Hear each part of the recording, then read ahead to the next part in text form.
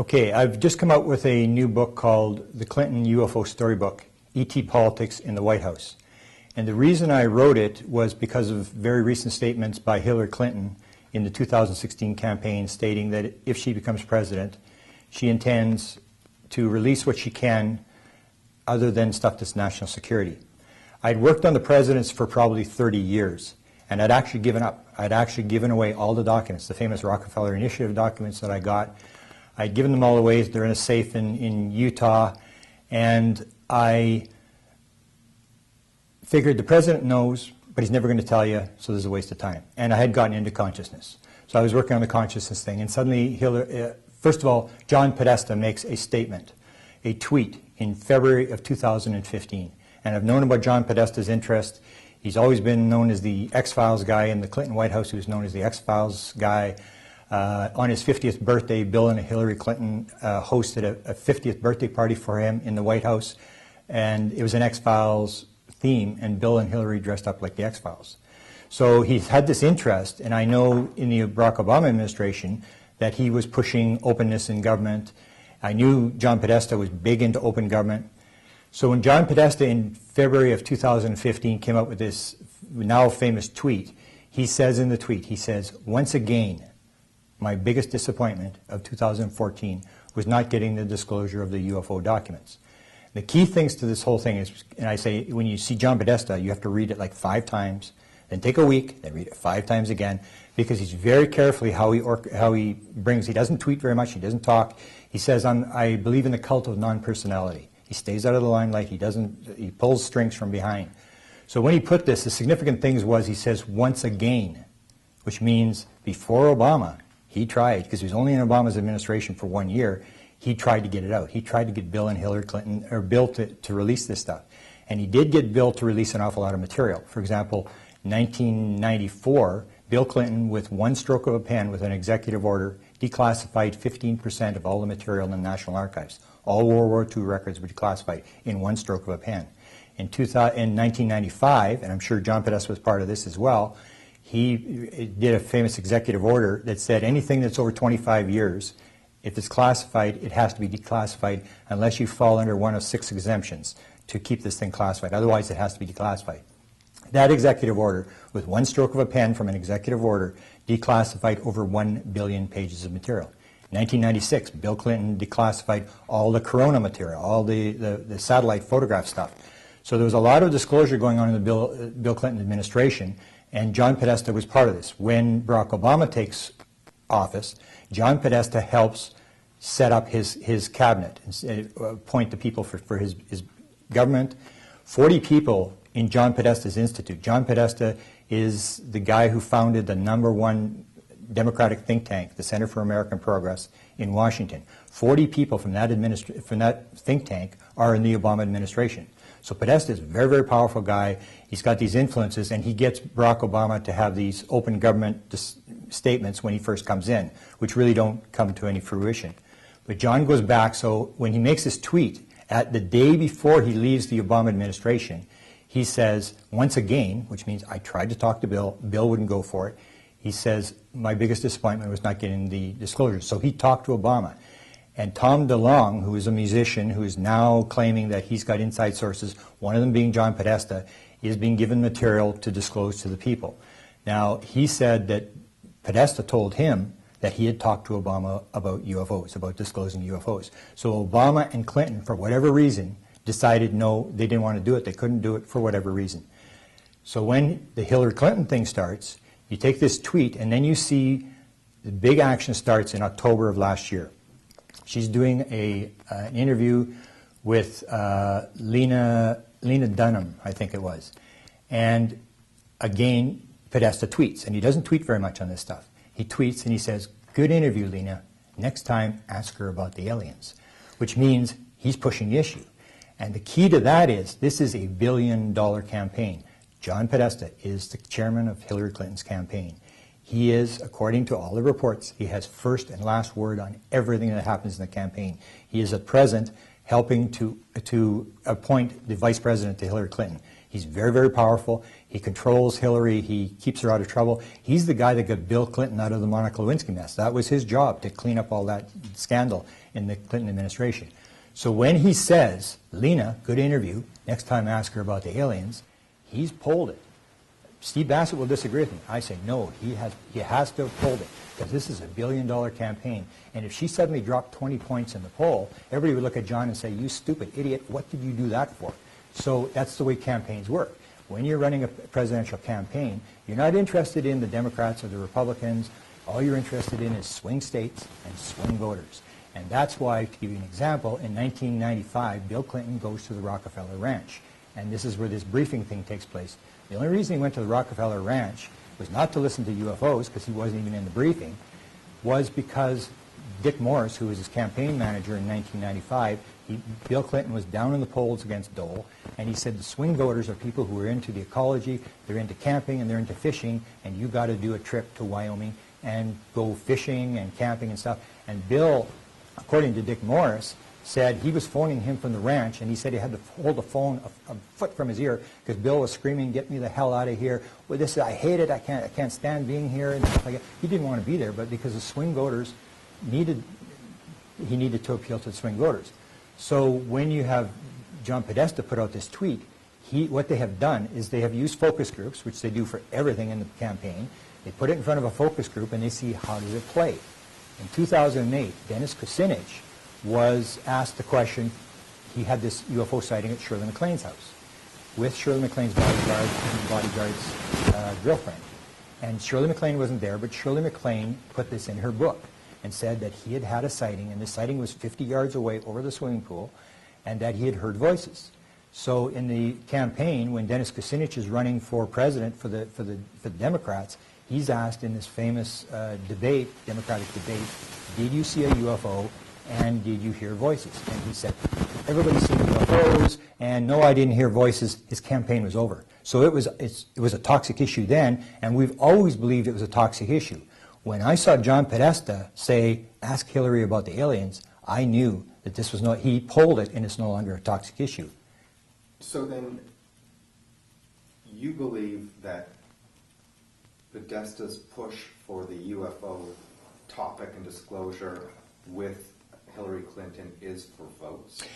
In a way, it's for votes, but I think it goes deeper than that. If you know John Podesta is two big interests. One is the ecology. He's big on global warming. He's made a number of speeches, but his main interest in life is open government. He's made a number of speeches. The one that I always recommend people look at, he did a secrecy on security and secrecy at Princeton University. And he goes through the whole history of secrecy. He's been on a number of House committees on secrecy. He's the big on open government. He basically is what's called a Madison man. James Madison, the former president of the United States, talked about this idea that you cannot have a democracy. You cannot run a country unless the people know what's going on. And so John Podesta even frames this. He says, your vote is totally meaningless. Unless you know what the government's doing, it's totally meaningless. So what I think the main interest of Podesta is this idea that the people need to know what's going on. And he's done it not just on UFOs. He did it on the drones. He actually wrote an op-ed piece in the Washington Post challenging Obama to release the material on the drones. He said in the op-ed piece, he said, we've killed 4 Americans. The people need to know what's going on here. You should release these files. So he's big on the open government. I think also John Podesta, for whatever reason, he may be an experiencer because he's so heavily into the environment. For some reason, he's obsessed with the UFO subject. He's always been obsessed. So it may be just his way of getting this out, that he's tried to get it out for now 20 years. And this is his way, and I call it the Podesta box. He's built a box. A very smart guy. I think he's the smartest guy in the room. He's the smartest Democrat. He's the most powerful Democrat. He's built a box that the government can't get out. Because what the government's position is you can't have the president go down. The president has to be protected at all costs. So what you have is you have a situation like with the Iran-Contra, where somebody down below the president takes the rap. So Oliver North resigns. And the example I use is the Roswell thing. He's trying to force the Air Force to disclose the Roswell case in the 1990s. And he makes this statement after the first report. It comes out and it says, no, there was nothing there. It was just a mogul balloon. And Clinton challenges them at a speech in Belfast, Northern Ireland. And he says, if they did recover bodies, they didn't tell me about it either, and I want to know. So he's challenging them to explain the bodies. Then they come out in 1997 with this report that says, oh, it was crash test dummies that we dropped in 1953 with Air Force uniforms on and all this kind of stuff. And he has to give up. So what would have happened in that position if they had disclosed, if they had said, yes, we did a recovery, then what happens is you save the president. It doesn't have the president's fingerprints. The Air Force says, yes, they covered this thing up. The head of the Air Force resigns, and the president is protected. So that's what I think they're trying to do, is they're trying to force a way that somebody discloses and you protect the president. Because if the president has to make the disclosure, then the president goes down and the country goes down because they no longer have a president. So John has built this box that I don't think they can get out. And what he did is he said on an interview he did with KLS TV in Las Vegas, he said, I think I've convinced her, which indicated to me again that he tried to convince Bill Clinton and he tried to convince Barack Obama and he couldn't. And what she has to do is sit down with the material and weigh it against national security and release what she can, which indicates to me there is no black cabal, there is no Illuminati running this thing. It's not the Wizard of Oz, it's the President of the United States. She will have the documents in front of him, according to John Podesta, and she's to look at it and make whatever decision she can and release as much as she can. So I thought he'd put her in the box. I thought he'd set this up. And then I'm thinking, well, why would he set up Hillary Clinton to do this? And what it seemed to come down to, from the reaction of what happened, first of all, there was no bad reaction. She didn't drop in the polls. Trump didn't go after her. Sanders didn't go after her for this issue, which verified the fact that he had polled it and it's not a toxic issue anymore. I was going to say, wasn't that a huge gamble? Because she's not already in office. She's running for the president. Anybody could have turned on her and said, well, she's worried about UFOs up in space. I'm worried about jobs.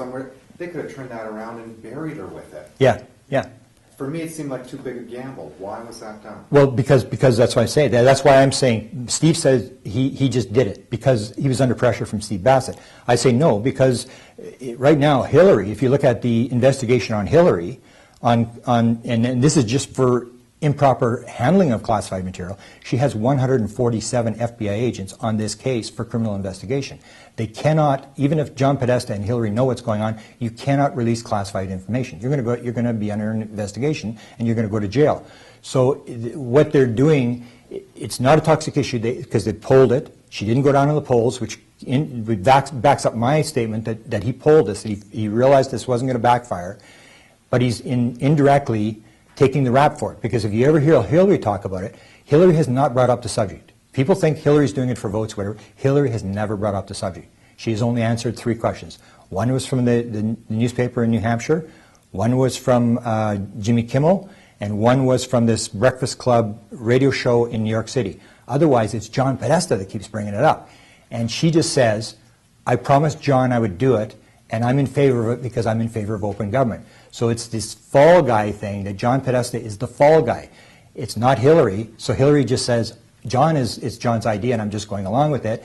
And it's John's interest in the subject. It's not me that's going to do it. So they've worked this way. And then what I think happened was I thought he'd put Hillary in the box. And I'm figuring, why would he do this to Hillary?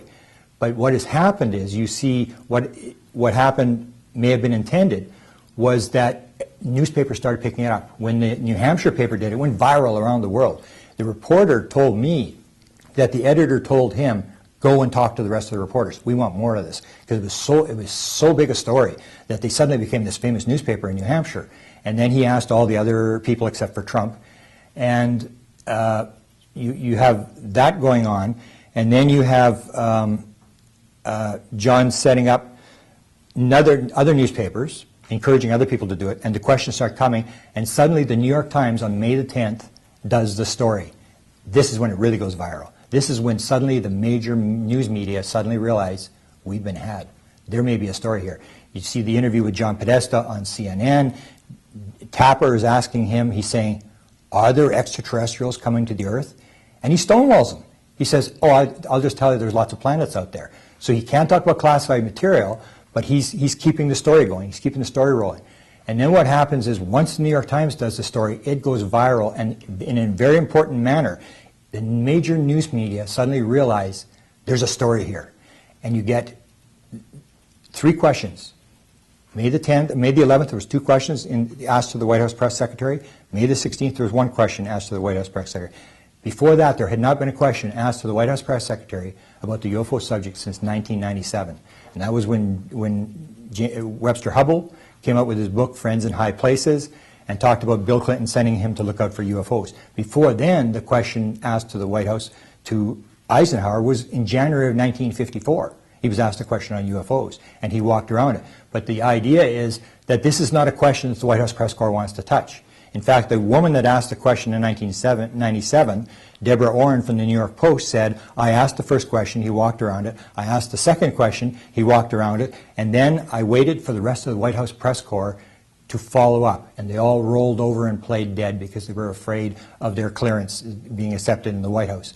So it's a toxic issue, and suddenly they start asking questions, and the 3 people that asked questions were not little green men questions, they were serious questions. This one guy, I think it was from ABC, says, this is of interest to the people.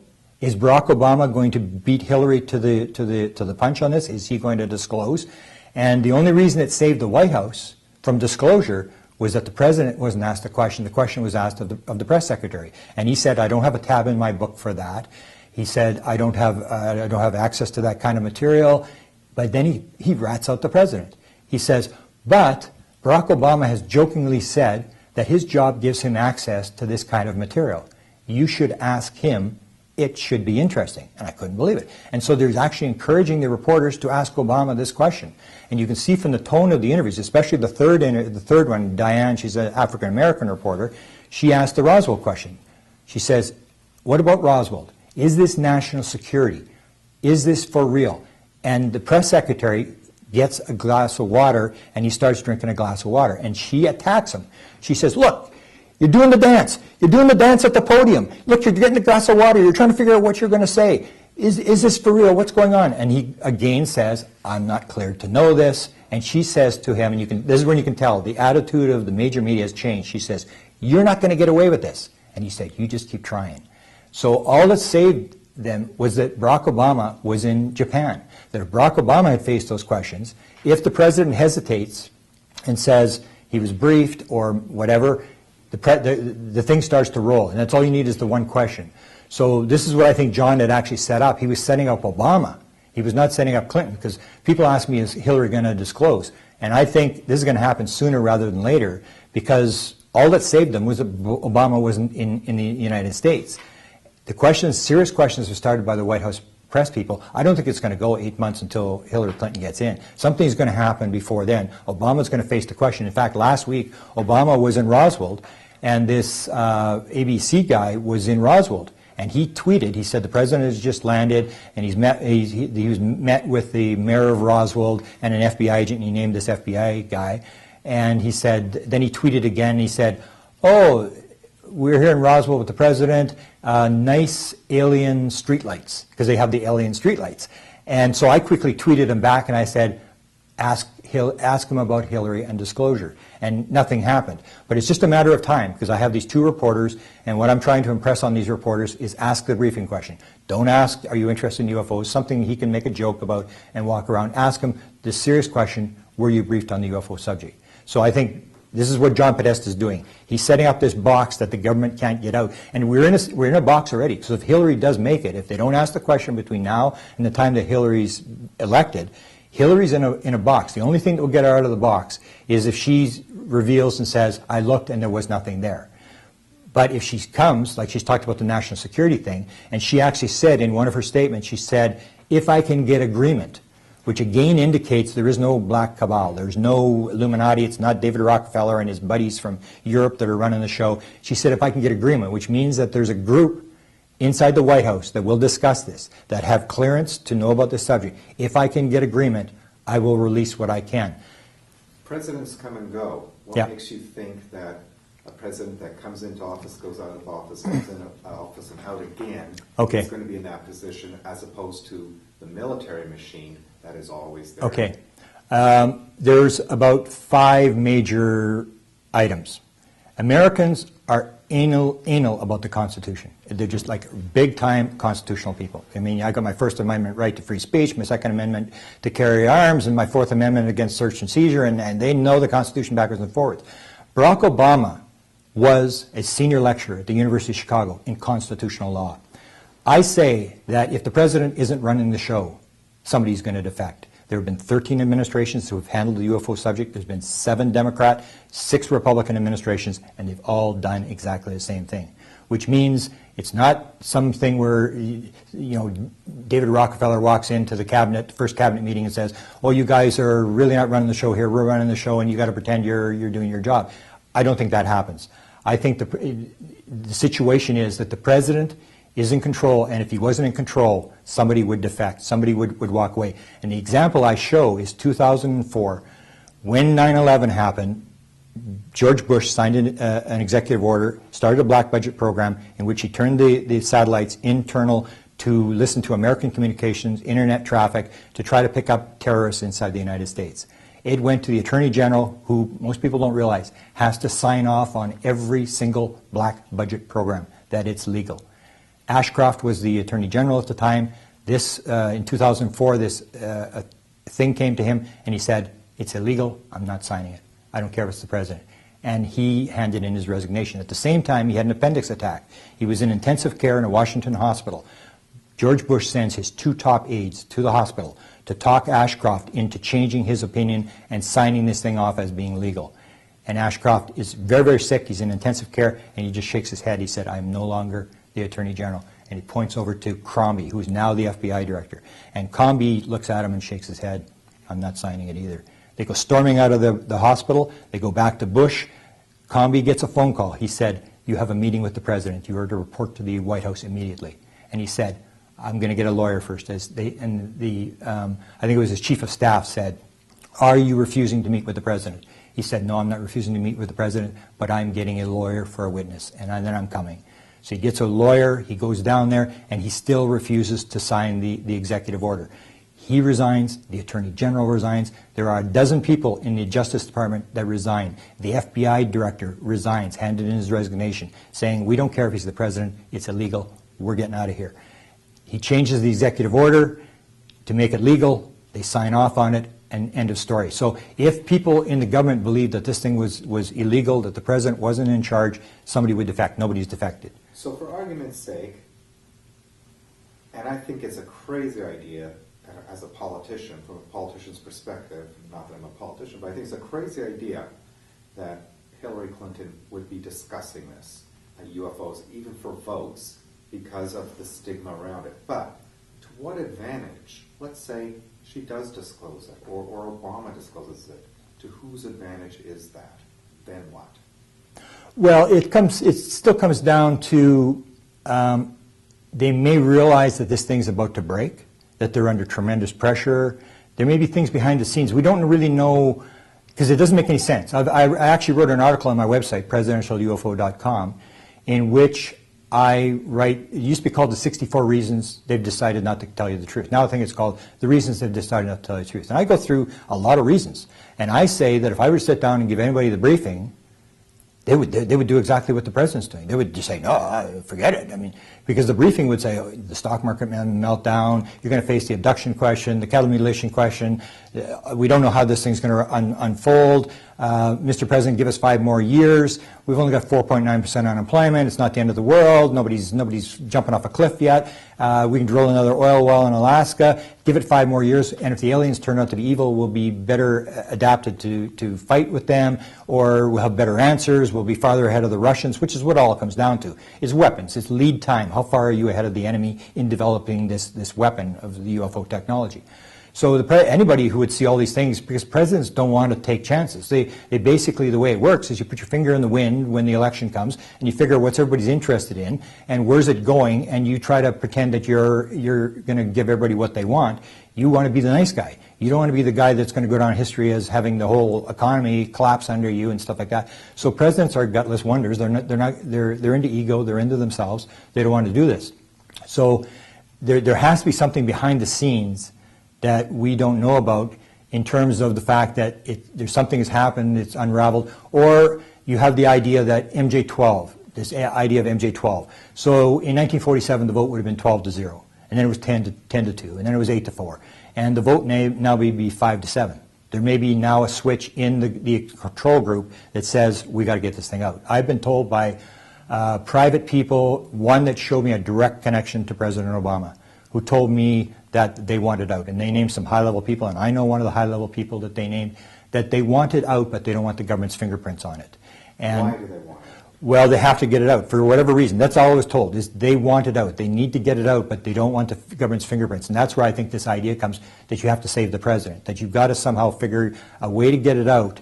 That's like, for example, Stephen Greer claimed that he got material to the president. I don't think the president ever read it. I saw the documents and it said president did not read. So the guy comes out from the president. He said, talk to Bill about it. He can't do anything, but you can. So they're trying to get you, like, for example, why would they, and there's no doubt that Tom DeLonge is getting aid. They are giving him material. This is an unacknowledged special access program. This is classified, the most classified secret they've got. Why are they talking Tom DeLonge? Because they want it out. They want to control, they're trying to control the release, how they get it out. They don't want it all to come out at one time. But to get back, an important thing, why the president would be at the center of this thing, you have many constitutional arguments where it's just not going to work. For example, if you are dealing with extraterrestrials or aliens or whatever you want to call them, this is a foreign power. The only person constitutionally who can deal with extraterrestrials, with a foreign power, can sign treaties, negotiate with them, is the head of state. The president is the head of state. And if you have a GS-13, if you find out there's some guy in the basement of the State Department who's negotiating with aliens and the president is not involved, that's a real constitutional break. And somebody's going to pick up on that. The military, if the military is running the cover-up, the military signs an oath. All the high-level officials sign an oath to obey the law and uphold the Constitution. And part of that is they are responsible to the president. The president is the civilian commander of the U.S. military. He's at the top of it. So if the military isn't, this is insubordination. So people would say, for example, Paul Hellyer mentioned this morning, because he was Secretary of Defense, or Minister of Defense here in Canada. And he said, if I had known and if I had asked for it, I would have gotten it. So if you're the president and you come in to me and you're General Brown or something and I ask for the UFO stuff, if you say to me, well, you don't have a need to know, then I say, fine, thank you. And the guy leaves. I phone up my chief of staff and I say, I need General Brown's boss in here, and I want General Brown's resignation on my desk by 9 o'clock tomorrow morning. You would never turn down the president. You simply can't. If you're in the military, he's the commander-in-chief. It's insubordination. You're gone if you're insubordinate to the president. So there's that. And some people would say, well, it's the intelligence agencies that are covering the thing up. So I say, well, Google search CIA and mission statement. See what the CIA actually does. They don't sell Trump steaks. They don't sell cars. They have one mission only, to provide the best intelligence possible to the President of the United States. That's all they do, is they provide intelligence to the President of the United States. So the question is, if the CIA is covering this thing up from the President, who are they giving it to? Are they giving it to the Russians? Are they giving it to it doesn't make any sense. The President runs the intelligence agencies. That's who they work for. So that doesn't make any sense. The other one is, if the government's covering up, some agency of the government, he's the chief executive officer of the government. He's at the top of that pyramid. Whatever pyramid you go up, he's at the top of it. And whoever doesn't report the stuff up is insubordinate. And it doesn't work that way. And Americans are so constitutionally anal that they would never allow this to happen. You can say from the outside that people would go along with this. I did a lot of research in archives, and I read through a lot of oral histories of all these people who think are evil inside the government, and I realized they're not evil people. They're just people who think they're doing the right thing, and they're all very serious about their jobs. So that's why I say that they would have to be going along with this, and they believe that what they're doing on this subject is legal and constitutional. That I get. What I don't get is why now, and for whose benefit? Other than the UFO world, who will feel validated for all the thoughts and all the humiliation and all the bother that they've gone through when everyone was against them and they said, no, I know there's something there. Who's going to benefit from this information? Well, you're going to have a consciousness change, because they may be looking at the main reason that John Podesta creates the box, I think, is because John Podesta is open government. He has said in 2002 to the Sci-Fi station, when he did the statement, he said, I think the people can handle the truth, and it's the law. And to John Podesta, this is what it all comes down to. He's like Steve Bassett, and now I'm in this camp, where it really doesn't matter what happens. It's eventually going to happen. And you might as well get through it. It may be like the UK leaving the European market, where everything just sort of collapses. But we always think that things go good, but we realize that when things go bad, you learn lessons. You might as well do it sooner rather than later, because you're eventually going to have to do it. And there may be pressure coming from, like Steve Bassett believes, the pressure that he's putting on these people is immense, that they're being forced to do it, which may have part of it. It may be the polling issue, that they realize that now, as I said, John Podesta had to uphold this issue. It's no longer a toxic issue, and they think that the downside is going to be less now because the people are going to accept it, whereas 15 years ago or 20 years ago, you would have had a lot more negative reaction. And so I think that what they're trying to do is they're trying to get an outside agency, so you can get an outside agency take the rap for it, almost like what happened in 1996, if you remember. Bill Clinton gets the NASA, the Mars meteorite. So they may discover the Mars meteorite, and you would assume that NASA would make the announcement. No. Bill Clinton was big into UFOs, and this was his opportunity. Bill Clinton actually takes the story, he goes and he does the news conference. We've got this thing, and it may be extraterrestrial life, and they're jumping on anything they can to get an outside person to make the confirmation, and not the government. So they jump on these kind of things, and I think I was told there really isn't a plan, that they're still trying to figure out what it was. But when I see what John Podesta is doing, I can see that he's almost done it. He's almost forced the issue out, that he doesn't really care. He just says you need open government, and you cannot run a democracy unless the people know what's going on. You cannot be voting unless you know what's going on. And to him, it's a basic issue. And because he's been chief of staff, he sees the presidential daily briefing. So he would have some knowledge of what's going on. If there's a UFO briefing, it has to go through his office to get to the president. He runs the briefing, stuff like that. So he would have some idea of what's going on. And I think it still comes down to polling, that they figure the time is right, we can do it, and they're just trying to figure out how exactly they're going to do it. So my last question to you then is, let's say this does happen in the next months to year or two. What then? Yeah. Well, there's going to be some repercussions. I think that the main group that's going to suffer is science. Because I say the scientists are the people behind the cover-up. It's not so much the media. I've dealt with a lot of media for many, many years. And media people they're working on 24/7 news cycles now. You do this story today, you do another story tomorrow. They really don't have time to investigate. They're really not against the UFO subject. It's just this is a story they're doing, and they do the story as they haven't got time to get into it. So there's not that this big conspiracy by the media to cover this thing up. And it's not really the government, because as I showed with this example of Bill Clinton, if somebody on the outside were to bring another Mars meteorite, they would jump on it. They're looking for something to get out of the box. They just don't want to take the rap for themselves. So to me, I think there's going to be a lot of repercussions, but I think science is going to be the worst, because there's going to be two disclosures to me. The number one disclosure is going to be, yeah, ETs are coming here, or however they want to define it. And the second question is going to be, how the hell did they get here? Because the number one argument by science is you can't get here from there. Space is too big, all this kind of stuff, and then you get into the consciousness thing, because that's how they get here. They're not flying through time and space. So then you get into the whole thing about, is reality what we think it is? Is it really a nuts and bolts world, or is it a world worked by consciousness? And 14% of all experiencers, according to the Edgar Mitchell Free Foundation survey, 2,200 experiencers, show that 14% of them claim they've been allowed to fly the craft, and it's flown with the mind. So when you get into the aspect of disclosure, in the second disclosure, when it comes to the consciousness, how they get here through oneness. The story, the question that was asked of Ben Rich, who ran Lockheed Skunk Works, who's supposed to do all the back engineering, when he was asked, how do they get here? How does the propulsion system work? He answered, what do you know about ESP? And the guy who asked the question said, it means everything in time and space is connected. And he said, that's how it works. And what happens is, in the second disclosure, the physical world will fall apart. We will realize it's not a physical world.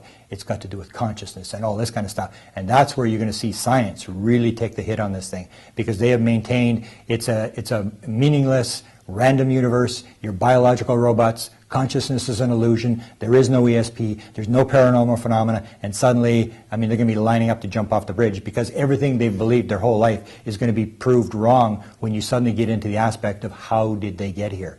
And then you start looking at the material I'm going to present today is the whole idea about how many people that have been polled, who have been inside the craft, who interacted, talk about near-death experiences, reincarnation, ESP, ghosts, all this kind of stuff. And it's unbelievable amounts of material. Or serious questions. 42% of all experiencers are getting downloads, are getting mathematical, scientific material downloaded into their heads by these alien people. 40% of all experiencers have claimed that during their experience, at one time during their experience, they knew the answer to everything in the universe. This kind of stuff is absolutely revolutionary, and is stuff that science has denied backwards and forwards, and is almost like a Vatican-type cover-up where you're not allowed to talk about these things, or otherwise you're going to lose your funding, you're going to lose your tenure, all this kind of stuff. That's where I think the real thing is going to start to unravel, which is,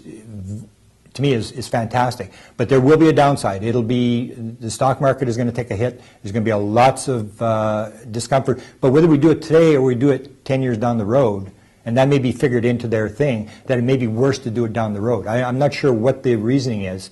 I'm just sort of think I know why Podesta is doing it, why he's pushing this issue and trying to force it out. Grant, thank you so much. Yes, That's beautiful. Fantastic. You have so much in there. Was in his Chasing Shadows books, which is fiction, the Yeah. first one. I don't know if you read it. I haven't read, but I've heard the long interview he did, yeah. Okay, so I've read the whole book. Yeah. And basically, the one of the main underlying stories behind it Yeah. is this kid, this Jewish kid, whose whole family died in the Holocaust. Him and his brother were, it said when they were kids, they literally ran away from their, it was Polish village, and they ended up working on basically Nazi deep secret military. Basically, he sees the bell. They go to, and he's because he's seen what he sees. He doesn't have any family. He ends up basically becoming a part of the military, and you get his whole story as a diary, which has been passed on to this investigative journalist. Basically, the implication is the Nazis and the technology didn't cease to exist after the war. Okay. So that went black. That went into Antarctica. That went to South America, wherever it went. Right. Now, so this is an argument for why it's been kept secret, because not only do you have the ETs with this craft that the governments of the world are trying to fight, you've got psychopathic maniacs humans that want to control the Earth, that have had this technology arguably longer than most of the governments. Mm-hmm. That's the interesting perspective that Tom gives, which for me gives a little bit more for why this has been covered up, because not only are you dealing with, like, they're actually real UFOs that are ET, like, they're from light years away. You have similar technology being built by the bad guys from World War II. Yeah. The problem I have with that is that Tom DeLonge, and I've written about this in the book, that he's getting disinformation because this is what I'm wondering. He can't be given direct information because it's classified. You're going to jail. You can't, it's got to be an orchestrated thing. And the way they orchestrate with Bill Moore, with Stephen Greer, with all these people, is it's half true, half false.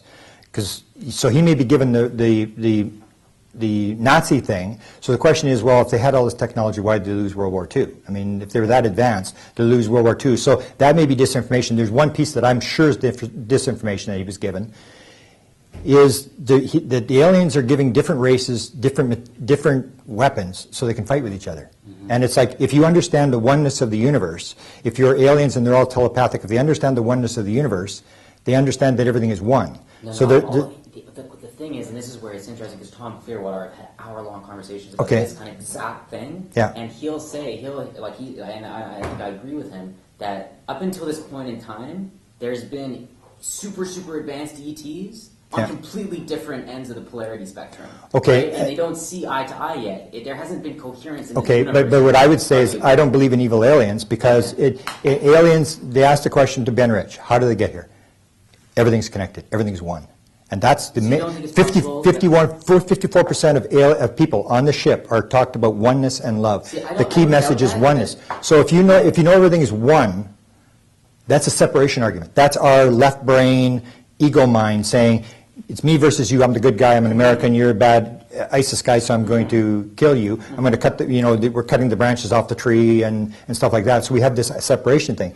But that's how they get here. They don't have separation. Everything is one. So you have, if you're an alien, and you realize that all aliens are one, how can you fight against another alien if you realize you're all, like Reagan said, we'd realize that we're all just one human race. We're all just God's children, this oneness idea. So the idea, even the alien race thing, people say, well, the aliens are fighting with each other, and I said, well, how can you do that? Aliens, we know, are telepathic. So if I'm fighting with you in outer space, I'm telepathic. I know what you're thinking. You know what I'm thinking. I know what the future is going to be. They can read the future, so we know who's going to lose the war. Why would you start a war? Devil's advocate on that Yeah. point. When you did your great presentation that we need to ultimately find get published about all the like the ants and doing everything unconsciously, like ants building their and the bees building their hives and all these creatures on this planet that behave in ways that we can't understand. They seem to do it without knowing that they're doing it. Is it possible that these are the kind of beings that they don't necessarily have the smarts, they don't necessarily know that we're all connected in one, but they just do it. But that's how. But that's they how. think they're better in a sense than the people who are actually doing it, like the real ETs that are so spiritually advanced. But the principle is still tools, right? the way they get here. They're not flying through space. In order to get here, you have to understand the oneness principle, because that's how it works. Everything is one. There is no time and space. This is the entangled particle thing. There is no time and space. Everything's all connected. That's why there's not a signal going 100 million times the speed of light going through. It's all connected. It's all just one, so it rings like a bell. So that's how they get here. They can't, like, that's how we can't get off the planet, because we still believe in separation. Once we understand the oneness concept, we'll understand, as Ben Rich says, we'll have the technology to take ET home. We'll understand how to move through disinformation if they're not bad, though? Why, if there's no reason for us to be scared? You know, if there's, like, would that be seeped into everything left? And I used to be, like, trust me, for, like, when I first got into this, with Greer, it's all good ET. But then with Tom, and I think definitely there's a point that it could be disinformation, but I think it's so interesting that a part of the cover-up could be that there's many wars going on. Like, you know, it's not only the fighting of ETs, it's the fighting of I think there's humans on this planet with the same technology. There's an assumption also in what you're talking when you talk consciousness that the oneness expansion is for the being who experienced the oneness. Mm-hmm. But there may be many others who haven't achieved that. So in that, But how did they get here then? How did they get here? That's what I'm wondering. Is it the technology? It doesn't always have to be conscious. The technology, according to Ben Rich, is oneness. Everything, there is no time. There isn't, and I'm going to talk about this afternoon. There is no time. There is no space. There is no physical world. Mm-hmm. Time and space. You can remote view on the other side of the earth as easy as you can here. You can remote view in the past as easy as in the future. That there is no time and space. These are illusions. Yeah. So one thing I observed when I was living up in the Himalayas, and there was a so-called enlightened being that I was studying with, whether he was or wasn't. How can I judge if I'm not there? But regardless of the enlightenment, whether you call him Jesus or Buddha or anybody, the fact that there's any physicality or the illusion of physicality means that if I sit under the sun, my head's going to be hot unless I cover it. So the reality of the 3D has those characteristics, even though the oneness includes it all, but an apple is still an apple in oneness. The sun is still hot when it's blaring in oneness, because those are the characteristics of the 3D dimension. In the oneness dimension, it includes them all, but it respects how the things function on their own level. But how much? And that's why it's not just the consciousness that they're getting here, it's consciousness using the tools of the different dimensions, because one dimension doesn't outride another. They all have their functions, the same way every finger on your hand has a different sort of functionality, though it's one hand. But what I would say is, if you're in the 3D reality, you cannot go to another star system. I mean, we had astronauts 340 days, and they're like lost piles of bone mass. I mean, that's not how they're getting it. The whole thing is that in order for them to get here, they may become 3D when they're here and have this separation type thing. It's the same as the aliens. They really don't have this emotion type thing, this left brain thing. They're not showing emotion. So they can come into the physical world, like there can be a crash, there can be bodies, they're in the physical world, they can move in, but they don't live in this physical world. Because, for example, if you take a look at the free survey, you take a look at, everybody says, well, okay, you got the Greys. Greys are not number 1. They're not even number 2. They're number 3 on the list. The number 1 being that's seen is a human. Number 2 is a light being that's reported. So if you got a light being, is it anything to do with physical? I mean, does the ball of light get up and have bacon, eggs, toast, and coffee in the morning? No, you see this alternate reality that it's not a physical world. That's one being. Now there's a potential corporate client that I was talking to who wants to document his technology that could fly around the world probably within 20 minutes, and the G-forces. I think the normal human being could experience up to 7, 8, 9 G-force power before they're split into pieces. These G-forces were in the 60-something thousands. And when they took the animals out of this craft after experimenting with it, they walked off like it was Noah's Ark. There was no problem. So technologically, on the 3D level, there's stuff that could happen. On the 3D level. On the 3D level. But the consciousness, whether it is in unity consciousness or in the process of ascending to unity, whatever levels those are, that's always intact. Would you say that? But if you're talking technology around the world, I agree. Yeah. It's 3D. I mean, because there's 2 different technologies. There's the technology how they move around the Earth.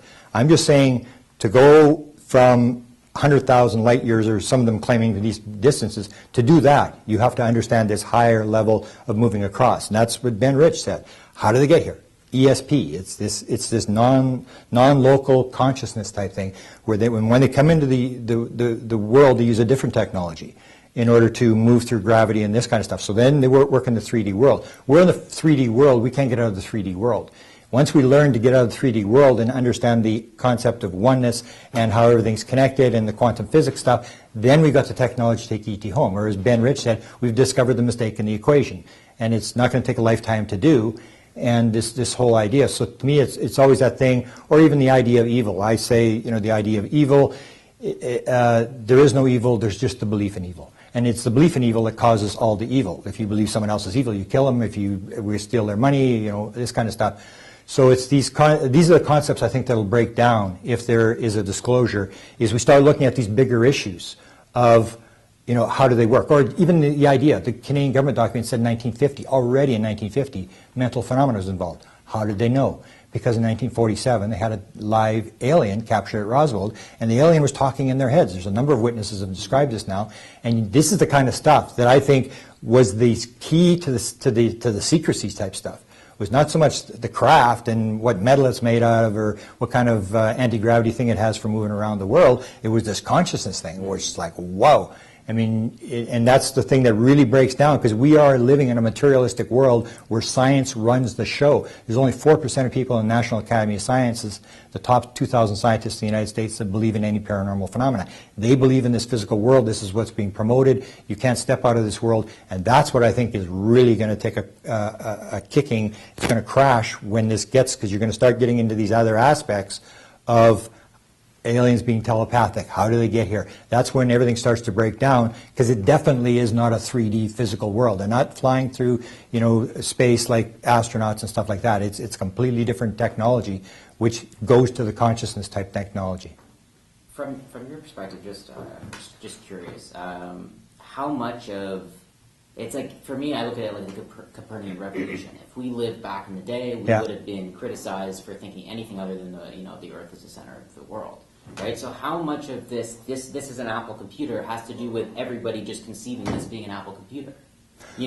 Like how much of this, you're saying the sun gives us burns our head if we don't wear a hat. How much does that have to do with everybody just believing that that's the way it is? This is what I'm like. Well, that's where you start looking at the consciousness thing, and what I've gotten into. I've actually now changed my opinion that the UFO is not the most important. I said for years, 20 years, I said it's the most important subject in the world. I no longer believe. The most important subject in the world is lucid dreaming.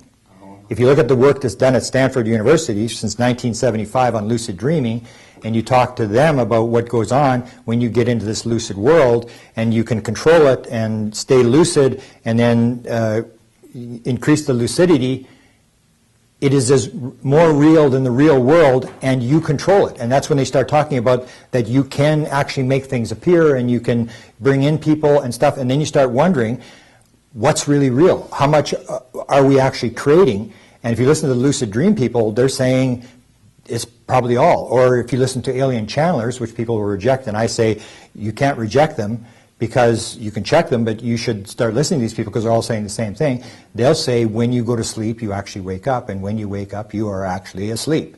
And the ancient, the Eastern people have learned this, and the way I believe they learned it was through meditation. So whether we do it now through lucid dreaming or psychedelic research or whatever, the Eastern religions have known the quantum physics stuff for like 4,000 years. They figured this out, and they got it through getting out of the 3D and tapping into this thing. So it comes down to like having a password.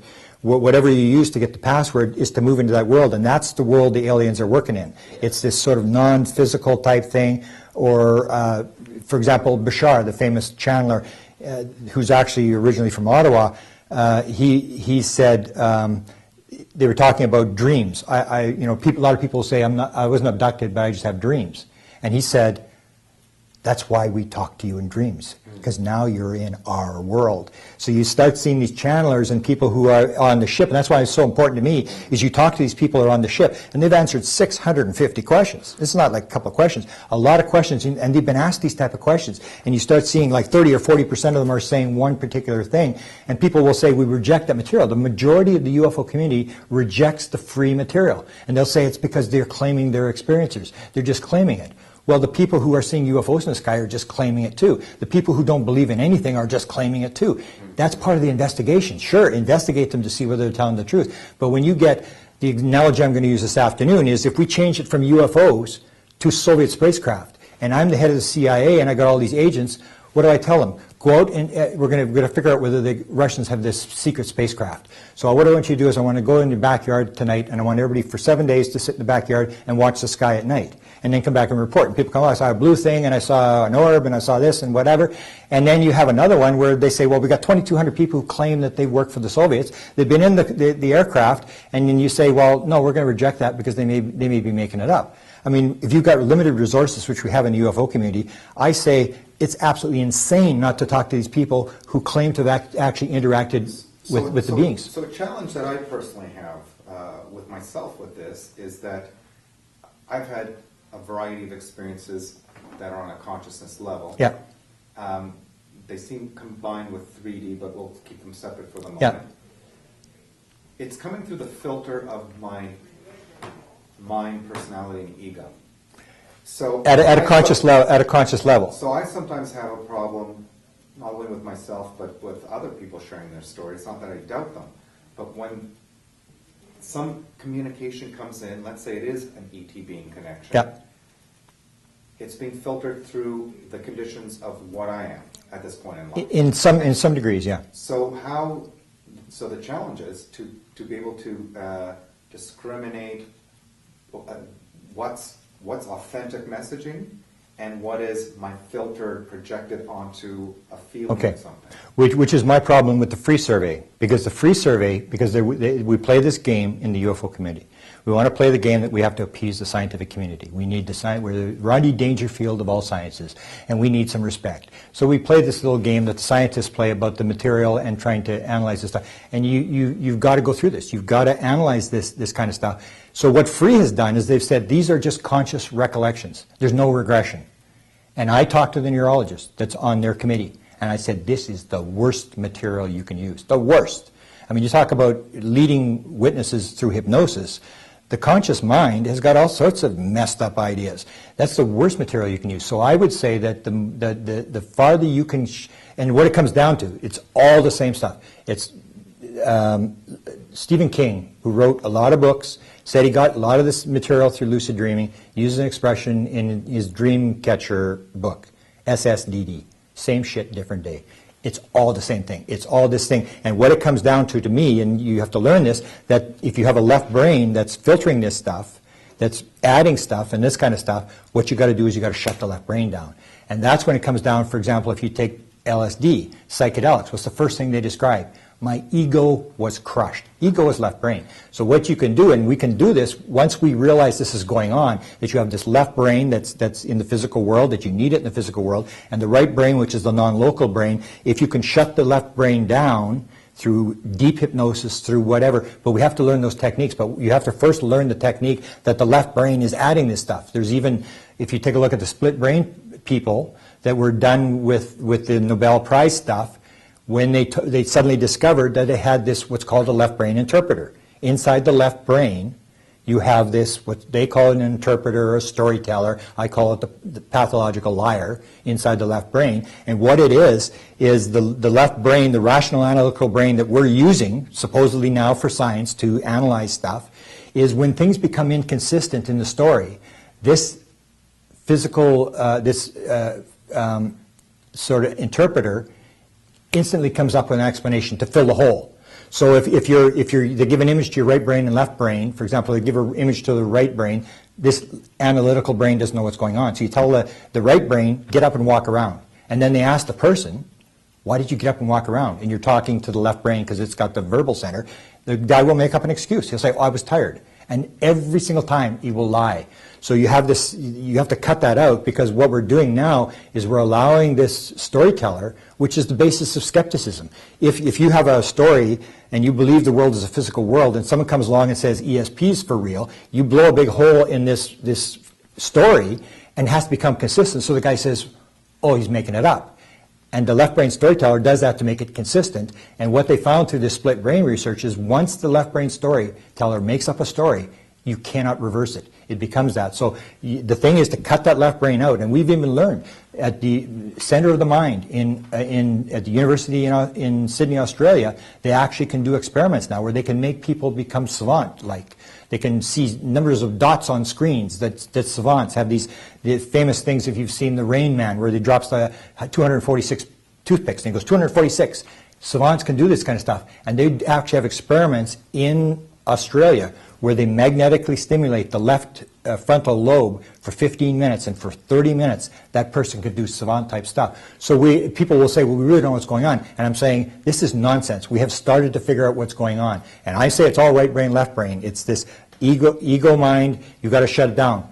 Joe McMoneagle, #1 remote viewer in the U.S., they asked him, how does it work? And he said, you have to shut down the ego mind. It all comes down to that. It's all same shit, different day. It's all the same thing. Shut down the left brain, whether it's through psychedelics, through magnetic stimulation, through meditation, whatever. But if we learn how to do it, it may still influence. You may still have that filter coming through that filter, but we have to learn a way to cut that filter out. And that's when you get the aliens. The aliens, I think, understand that. Because one of the things I point out to people is that Roger Lear, who did the regression, and you and I have talked about this before, he was asked of the 17 people that he did the implant removals, what was common with them, and he said all implants are on the left side of the body, which would indicate, if true, and I've asked Free to do this in stage 4 of their surveys with all the people who claim they've got implants, is to find out, and these are not people who claim they've got implants, the people who for sure have implants, on what side of the body. Because if it's on the left side of the body, it's influencing the right brain. The right brain is the non-local brain. So these are kind of things. We may not be right on it, we may not 100%, but we're starting to understand, I think, how this works. We sort of know it's like, we can see down this road, you go down the materialistic road, you can see 50 yards down, you're going off a cliff. This one, you can sort of see, well, it looks like we should go down this road. It's not, we have all the answers. But I honestly think we actually are starting to know where it's going. I was talking to a guy last night he's a clinical psychologist from New Zealand, who wrote a book on trance states, different techniques for different trance states. And he's a parapsychologist guy, and he works with indigenous people in New Zealand, and is actually allowed to do this because indigenous, nobody wants to offend the indigenous people. And he and I talked about this, and he went 100%, this is how it works. It's got to do with shutting down the left brain. It's got to do with getting into that non-local brain. And the Eastern people learned this many, many years ago. They may not be able to explain exactly how it works, but I think we now are starting to understand how this works. So yes, the left brain does filter. So that's where I have a disagreement with Free. If you're using conscious recall, we got a problem, because it's all filtering through the left brain, and it has all the stuff that you learned in school and all the materialistic ideas and your religious ideas and stuff. And you have to have something like psychedelics where the person says, my ego was absolutely crushed as soon as this thing started. I didn't even realize who I was. That's what you need to do, is find a way to create those states. What about somebody like Dr. David Jacobs, who, when I spoke to a couple of weeks ago, said, you think you had an experience that was on a consciousness level. I'm telling you, it was physical.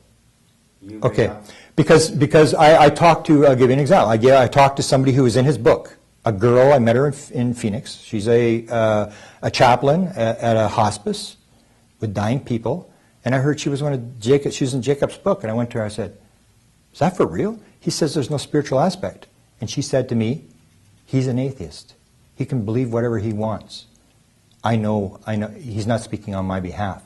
So you take a look at the free survey. So Jacobs is saying, 1998, he writes the book, The Threat, and he says, it's over. I mean, I don't know what's going to happen, but I fear for my children. And so he goes, and it's like we're going to sit on top of a mountain and wait for the end of the world. They're going to eat us or steal our gold or do whatever they're going to do.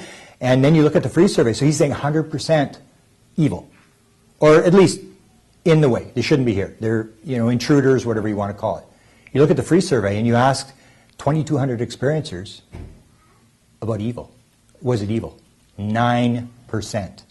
Not zero, but it's getting pretty close to zero. So what's the discrepancy? Why is Jacob so far off? It's the same as Bud Hopkins. Bud Hopkins called them intruders. And Bud Hopkins was also an atheist. And I say that influences what you're doing. And I've got two people, and I won't say who they are, that went to Jacobs. When it started to get spiritual, he shut it down and said, I think you should go to Leo Sprinkle. I think he's more adapted to what you're doing. So Jacobs, for example, will screen his clients. He's got a lot of people asking him. He screens his client. And he sees anything spiritual on the application, I saw an angel or whatever, in the garbage. So I'm saying... Did you fill out the free I did, sir. I did part one. I don't really have... so many leading questions in terms of... Because I never finished it because I felt... They're asking me questions, my answer's actually not factored in here. Yeah. And there wasn't a... relevant for me space. I agree. So I was forced to answer something that I wouldn't have answered. Just to fill in those. Yeah, but what they had, see, that's the thing, is we have to refine how these surveys are done. They were using this guy that did the channeling book, this psychologist that wrote, he did 50 PhDs, was 50 PhD students on parapsychology type stuff, and that was the kind of questions they were operating off through him. So I disagree. I agree with you. Like, I couldn't answer a lot of questions, or it didn't fit in. The answer didn't. There was no block in there. So that's the thing. But at least they've done something. Yeah. So there's going to be a lot of problems with the material, but at least there's some material that indicate, for example, the thing with near-death experiences, which I've experienced, where it says 35% of all experiencers have had near-death experiences. The average is 5%. It's 7 times the national average. And I did the poll yesterday. I asked in the experiencer group, I said, how many people have near-death experiences? Hands going up all over the place. And that's a weird type of event. And they said, well, we're going to form a committee for this. Now, it's very important, but they couldn't figure it out. And I said, what's the committee? And you're believing like you're in this scientific world. It's a random world. Everything's chance. What if it's not chance? What if reincarnation's a fact? Then you come into this world and you choose to be abducted. And that's what I asked Mary Rodwell.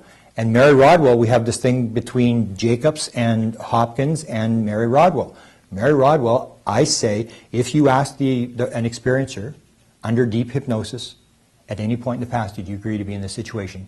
I asked Mary, I said, how many are going to say it? She says, like 99% are going to say it, which means it's not random. You chose to do this. And so it's not a random event. And then if you have a near-death experience, that's not a random event either. If I can predict you're going to have an accident tomorrow, and that's not a random event, and we start to realize it's not a random world. It's a world where people plan and they set up the stage and all this kind of stuff. And that's where this disclosure thing, when you start looking at these things, and the world's going to change. But not so much with the way we think it's going to change. I think it's going to change all these other aspects where you're going to start to realize. So when it comes to this idea about the influence of you being an atheist and running this thing, or maybe not an atheist, but saying an agnostic, where you're a professor and I don't want to lose my position and I got to look scientific. A lot of people in the scientific community will say, well, we don't know what's going on. And you talk to them off the record and they're talking about aliens and stuff, and they get on camera and it's like, oh, we know what's going on. And I'm like, what are you doing? So Mary Rodwell actually said she confronted Bud Hopkins about this thing. Well, why don't you ask them whether this is an abduction or whether this is something they chose to do? And she said he didn't even answer the question. He just got up and walked out of the restaurant. Just walked out. He would not deal with the subject. So you have to look at that kind of stuff. But when you start, the stuff I've done is I said there's something wrong. If the experiencers themselves are saying 9%, and Jacobs, I think his last book, there was only 12 people in the book or whatever. So if he's got 12 people compared to 2,200 people, you have to look at it. And then as you analyze, you've got some problems with the data. You've got to change these questions and work on this kind of stuff. But that kind of material is going to tell us something. It tells us we've got the wrong questions, but it at least tells us that there's this, especially the spiritual type stuff, or the psychic phenomena stuff, or asking the people, for example, Hopkins and Jacobs say that, oh, these people are terrorized. Their lives are destroyed. The free people ask, if you had a chance to stop this, would you stop it? 83% say no. There's a problem in the data. And if we take Jacobs stuff and Hopkins stuff and this stuff and we start analyzing this and have some discussions, we can find where the problem is. But there's a discrepancy in one set of research and the other set of research. The free, I think, is very important because it's so many people. So many people are answering questions. And like with you, I've got problems. I've got especially the problems on using conscious recall and saying the regression stuff. And I told a neurologist right out, I say, that is the worst material you can use. To me, it's like the deepest trance you can get this person in. It's going to be the better material, but they're playing the scientific game. They want to appease us. Regression material? Well, deep regression, and we have to learn how to do the regression, how not to lead people, but how to do the deep regression. Because Dolores Cannon talks about this, and to get to the deep regression, to get to the real material, that when you're in light hypnosis, your left brain is still talking, and it's saying, oh, you're just imagining this. This really didn't happen. And you're questioning. Your left brain is actually questioning where the hell's this stuff coming from? And you're doing this kind of stuff. But in deep regression, if you can kill it, it's these deeper issues of what is reality. That's what that they're defining. They're going to crush the reality that we're holding. When you have to start explaining how did they get here, what are they doing, what's this all about?